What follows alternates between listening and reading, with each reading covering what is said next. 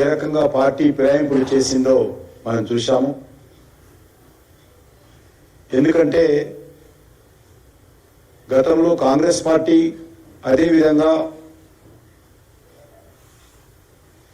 ప్రజాభిప్రాయాన్ని ప్రజాస్వామ్యాన్ని కాలరాచి ఒక పార్టీ మీద గెలిచినటువంటి ఎంపీలను ఎమ్మెల్యేలను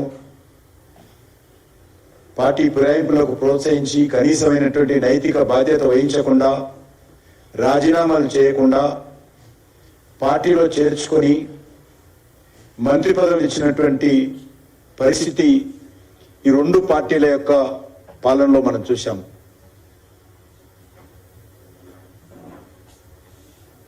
కనీసం సిగ్గు అనిపించలేదు వాళ్లకు.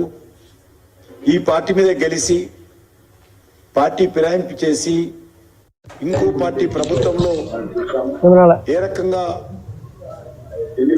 మంత్రి పదవులు వెలగబెట్టారో మన తెలంగాణ రాష్ట్రంలో స్పష్టంగా మనం చూశాం.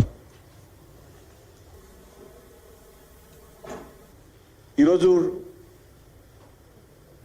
కాంగ్రెస్ పార్టీ ప్రభుత్వము తమ దుర్మార్గపు అలవాట్లను అదే విధంగా కొనసాగిస్తూ ఈరోజు అదే విధమైనటువంటి పార్టీ ఫిరాయింపులను ప్రోత్సహించే కార్యక్రమం ఒక ఎజెండాగా పెట్టుకున్నారు. ముఖ్యమంత్రి గారికి ఎజెండా లేదు, ఒకటే ఎజెండా పార్టీ ఫిరాయింపులను ప్రోత్సహించే ఎజెండా చేస్తాం.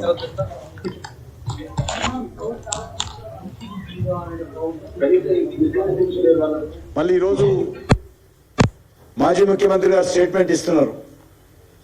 కొంతమంది కుక్కలు నక్కలు పార్టీ ఫిరాయిస్తున్నారు.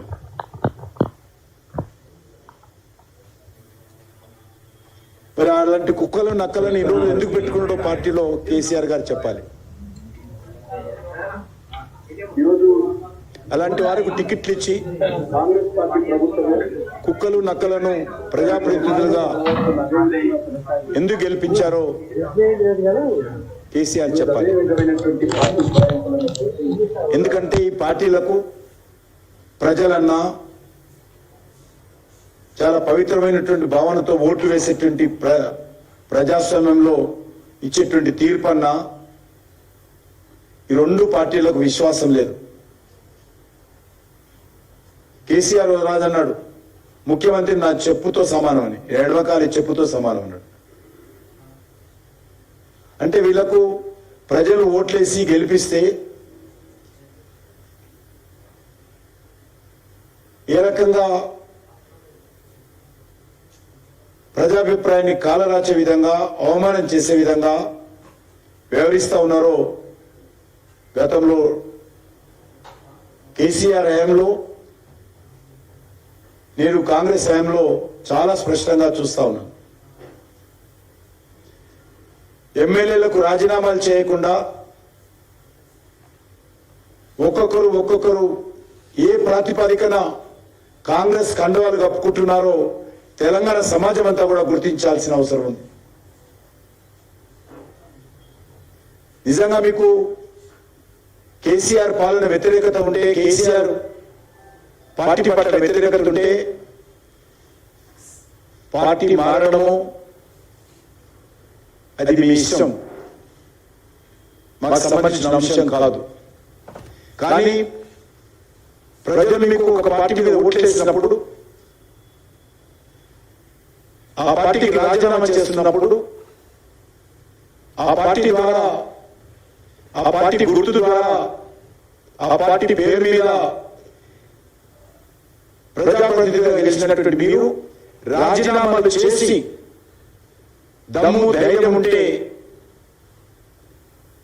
మీరు రాజీనామా చేసి పోవాలి తప్ప ఎన్నికైనటువంటి పదవులను ఆ రకంగానే పెట్టుకొని పార్టీ ఫిరాయించడం అనేటువంటిది ఏమాత్రం సమంజసం కాదు అని సందర్భంగా మనం చేస్తా ఉన్నాను. అదే కాకుండా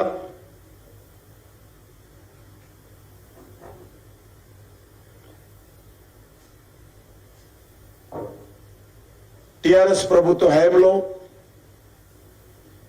జరిగినటువంటి ఫోన్ ట్యాపింగ్ వ్యవహారం పైన జరుగుతున్నటువంటి విచారణలో అనేక భయంకరమైనటువంటి అంశాలు ఈరోజు పత్రికల్లో వస్తా ఉన్నాయి. ఇది చాలా తీవ్రమైనటువంటి అంశం. ఇది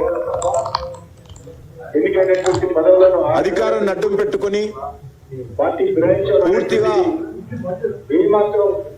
బీఆర్ఎస్ ప్రభుత్వము, కేసీఆర్ కుటుంబము ఏ రకంగా బరి తెగించి అదే కాకుండా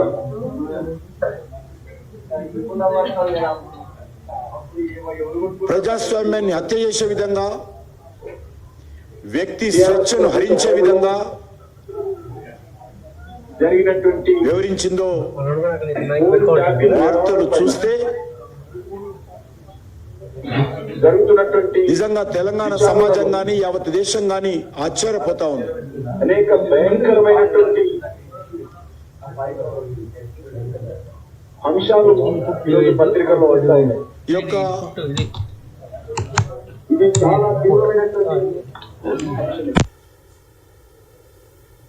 ఫోన్ ట్యాపింగ్ వ్యవహారంలో సీనియర్ పోలీస్ అధికారులుగా బాధ్యతలు నిర్వర్తిస్తూ వాళ్ళు చేసినటువంటి అక్రమ వ్యవహారాలు ఒక్కొక్కటి ఈరోజు దర్యాప్తులో బయటపడతా ఉన్నాయి.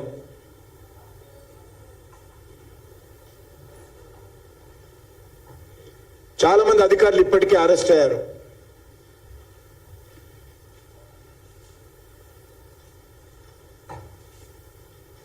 ఆనాటి ముఖ్యమంత్రి, రిటైర్ అయినటువంటి అధికారులకు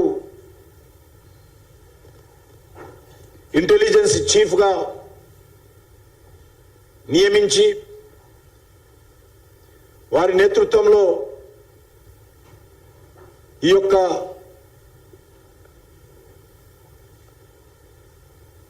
వ్యవహారాన్ని నడిపిన విషయము మనకందరికీ తెలుసు.